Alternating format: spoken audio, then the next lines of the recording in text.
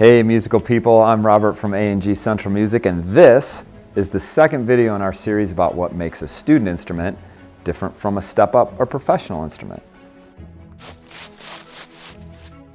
We're making this video at a time of year when many students and parents are considering changing from a student instrument to something that's a step-up or in fact even a professional instrument. And the last time we talked, we discussed briefly the difference in the materials we use between these instruments. Today, we're going to discuss features, construction, and build quality as it pertains to instruments that are built for students and those that are built for players with a little bit more experience. The instruments that you see behind me are often sought after by experienced players, but at first look, they kind of look the same as any student instrument. So let's take a second and see some features and elements of construction that differentiate the instruments that are behind me from one that a student would typically play. When we look at the student flute, we can see that the keys don't have holes in them. This makes it easier for a beginner to operate. We often have a G key that's offset as well. And if we look at the foot of the instrument, which is the very far end from where you blow into it, you'll see that on top there's only two keys. So this instrument just plays down to a low C.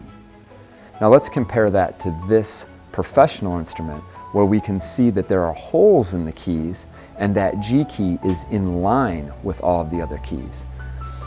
There are sonic benefits to this kind of setup that, while useful to a person with experience, may not be great for the student. Also, when we look down at the foot or the lowest section of the instrument, you see there are now three keys on top, so this instrument also has an extended range as it can play down to a B. Maybe one of the easiest visual examples of how student instruments are different from step-up and professional instruments can be found with the oboe. You can clearly see here on this student oboe, as compared to this professional oboe, that there are far fewer keys on the student oboe. The basic notes that we have to learn are all covered by the keys that are on the student oboe, but as we increase in our skills, we want alternate fingerings available and even, much like the flute, have additional notes available or an extended range on the instrument. All of these features are represented by the additional keys that you see on this step-up oboe as compared to the student. Now moving to the saxophone, we'll talk about a couple of things. The first is, again, the addition of another key. That is the F-sharp key. As you can see here on this professional instrument, that's a key that's not commonly found on a student instrument. It just simply extends the range of the instrument. It's just a little feature that you would find on something that's not built particularly for a student. Also, the construction of the instrument on a professional level or step-up level is often different. Here you can see what we call the ribs of a saxophone.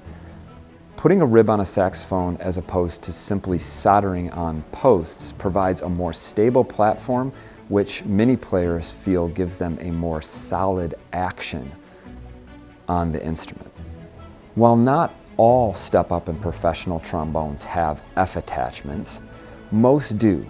Here you can see a student trombone. The bell is simply one curve of tubing from the bell down into the hand slide. On this professional trombone, we can see that there is the addition of a valve and quite a bit more tubing. This is called an F attachment and is commonly found on step-up and professional instruments. It provides easier movement between notes than you would get without it.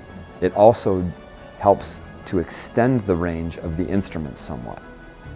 While it's always problematic to speak in generalities, there are some things that are pretty typical to student instruments.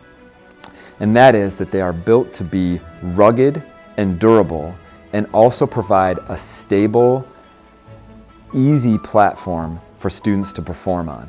Often the sonic quality of the instrument comes third to those two things.